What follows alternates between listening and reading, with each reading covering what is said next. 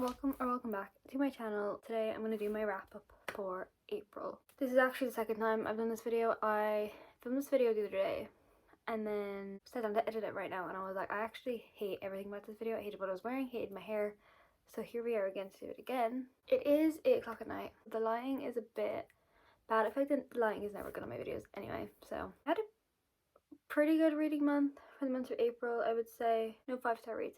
I have still not found a 5-star read. It is now May. I'm filming this, I think it's May 4th when I'm filming this, and still no 5-star read, and I am dying for a 5-star. So hopefully in May, but I've already picked out my May TBR. This is my last video, and I don't think there's a 5-star on there. Maybe there is one, but anyways, we're gonna talk about all the books.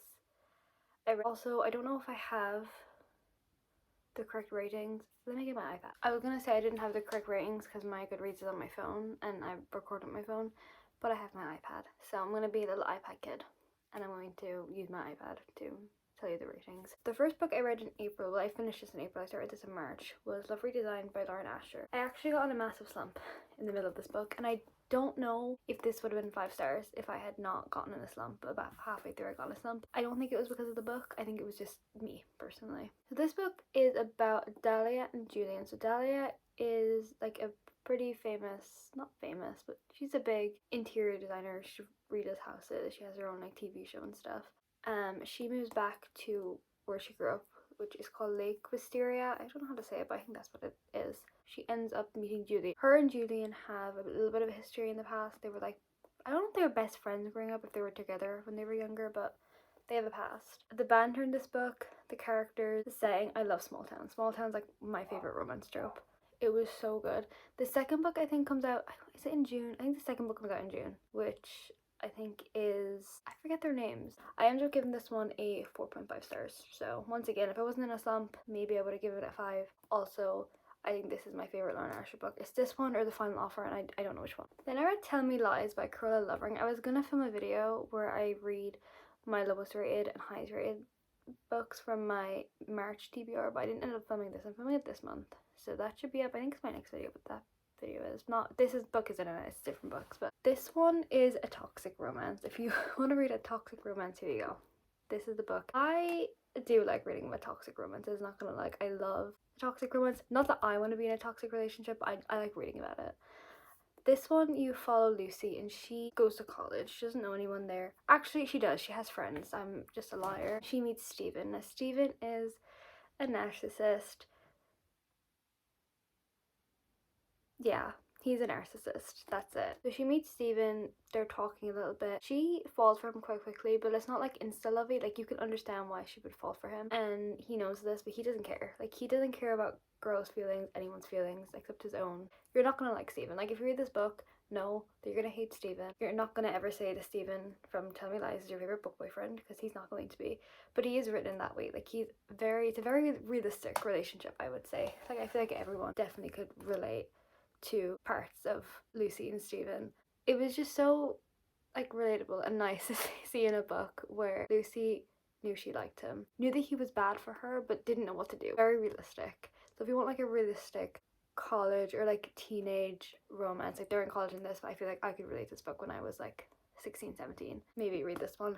I also would say look up trigger warnings for this one, just because I feel like Lucy and her like friends had a pretty bad relationship with food. So if you don't want to read about that, maybe skip this one. I gave this one a 3.5 just because it was okay. Like, I was giving it a 3, and then because of how relatable it was, realistic, it got a 3.5. But I would recommend.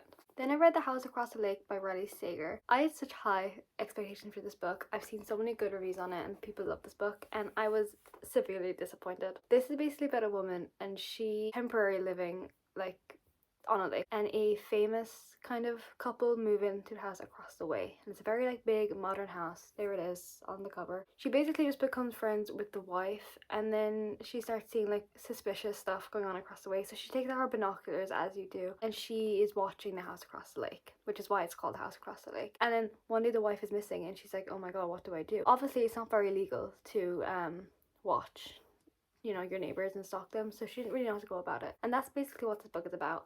I hated the turn the book took. I really enjoyed the first half of the book, and then the way the story went, I hated it. If you've read the book, I think you're gonna know what I'm on about. The second half of the book, I was like, I don't care, and I don't want to read it anymore. I didn't see the plot twist coming, like, at all. Like, I was really caught off guard, but like, it wasn't a good plot twist. Like, it wasn't like, oh my god, I love this book.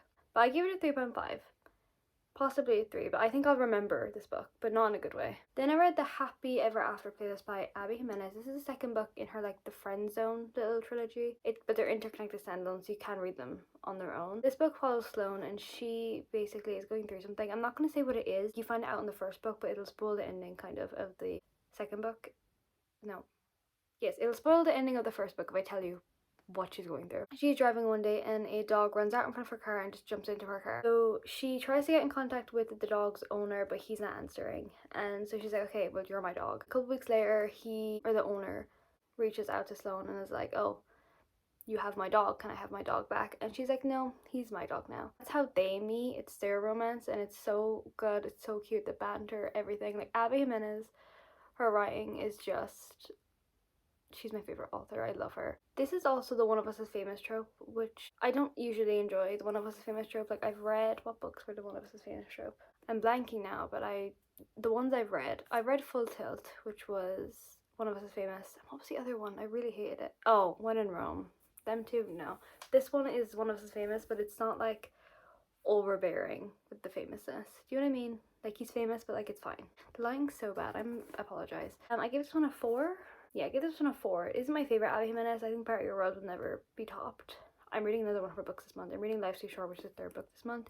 And then I'm going to read Just for the Summer. And then I have her whole backlist done. And then I'm really sad. Anyways, 4 stars. Okay, this is a bit of a random book to read, but I read Before by Anna Todd. I read the After series like years ago, I feel like, when the books were popular. And I never read the last book, and I don't know why. And I just had it sitting on my shelves. And I'm like, I need to get rid of this book. So I listened to it because here, I know in like America and stuff, they already had Spotify audiobooks. We just got them like a month ago, and I'm obsessed. Not really. I like to read a lot of books with my eyes, but when it's a book like this I don't really care about, I'll listen to it. I did give it a 2 stars. It was just like, I didn't care. Like, this one is in Hardin's point of view.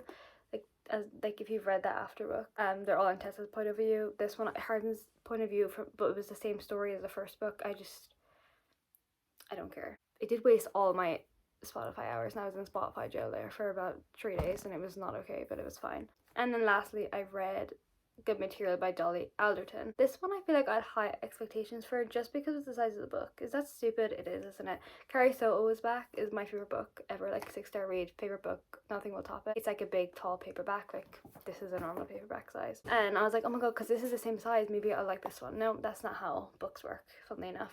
This is about Andy, and he just broke up with his like long-term girlfriend. Actually, I don't know how long they were together, but they just broke up, and it follows his like journey of like dealing with the breakup. It was good the first maybe 70 pages, and then I got extremely bored and didn't care anymore. I knew it wasn't a romance book. I knew it was just like plain fiction. Like, I was aware, but I was just bored. I did end up listening to a lot of this on Spotify, and I had to read the last like 30 pages because I was in Spotify jail. I gave it a 2.5. I didn't hate it, didn't love it, wouldn't recommend it if you don't want to read a book like this. Like, if you want a fiction book about a breakup, maybe read this one, but I didn't enjoy, and I really thought I would, but that was my own fault. And they're all the books I read in the month of April, which I feel like was pretty good. 6 books I think is the most I've read so far this year, as in a month.